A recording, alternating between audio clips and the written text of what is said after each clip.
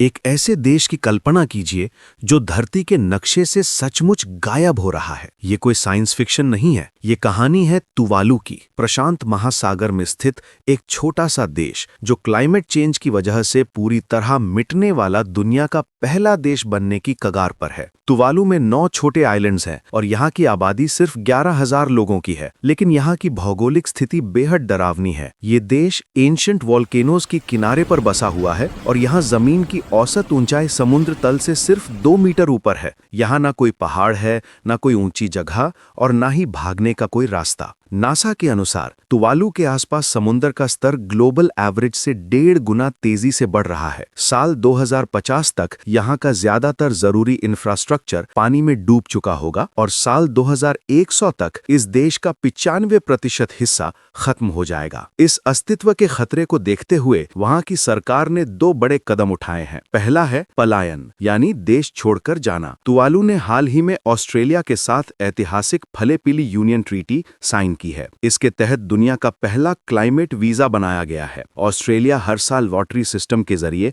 280 नागरिकों को अपने यहाँ परमानेंट रेजिडेंसी देगा। अगले 40 सालों में शायद यहाँ की पूरी आबादी को अपना देश छोड़ना पड़े, लेकिन जब जमीन ही नहीं बचेगी तो देश का क्या होगा? यही सवाल उन्हें उनके दूसरे और फ्यूचरिस्टिक प्लान की तरफ ले जाता है। तुवालू दुनिया का पहला वर्चुअल स्टेट बनने की तैयारी कर रहा है। सरकार ने पूरे देश की 3D स्कैनिंग शुरू कर दी है। हर घर, हर पेड़, हर समुद्र का किनारा और हर सांस्कृतिक धरोहर को डिजिटल किया जा रहा है। वे अपने संविधान में बदलाव कर रहे हैं ताकि जमीन ना होने पर भी तुवालू एक देश बना रहे। वे अपनी सरकार, वोटिंग सिस्टम और पासपोर्ट सब कुछ क्लाउड पर शिफ्ट कर रहे हैं। अगर ये आइलैंड डूब भी गए तो ये देश मेटावर्स में जिंदा रहने की उम्मीद रखता है। ये उन लोगों के लिए एक बहुत बड़ी त्रासदी है जिन्होंने क्लाइमेट चेंज में ना के बराबर हिस्सा लिया है। लेकिन तुवालू सिर्फ एक शुरुआत है। मुंबई, ढाका और मियामी जैसे शहरों पर मंडराते खतरे को देखते हुए तुवालू का वर्चुअल दुनिया में जाना पूरी इंसानियत के लिए खतरे की घंटी है। हमें अभी कदम उठाने होंगे, नहीं तो हम सब अपना इतिहास किसी सर्वर पर देख रहे होंगे, अपनी जमीन पर खड़े होकर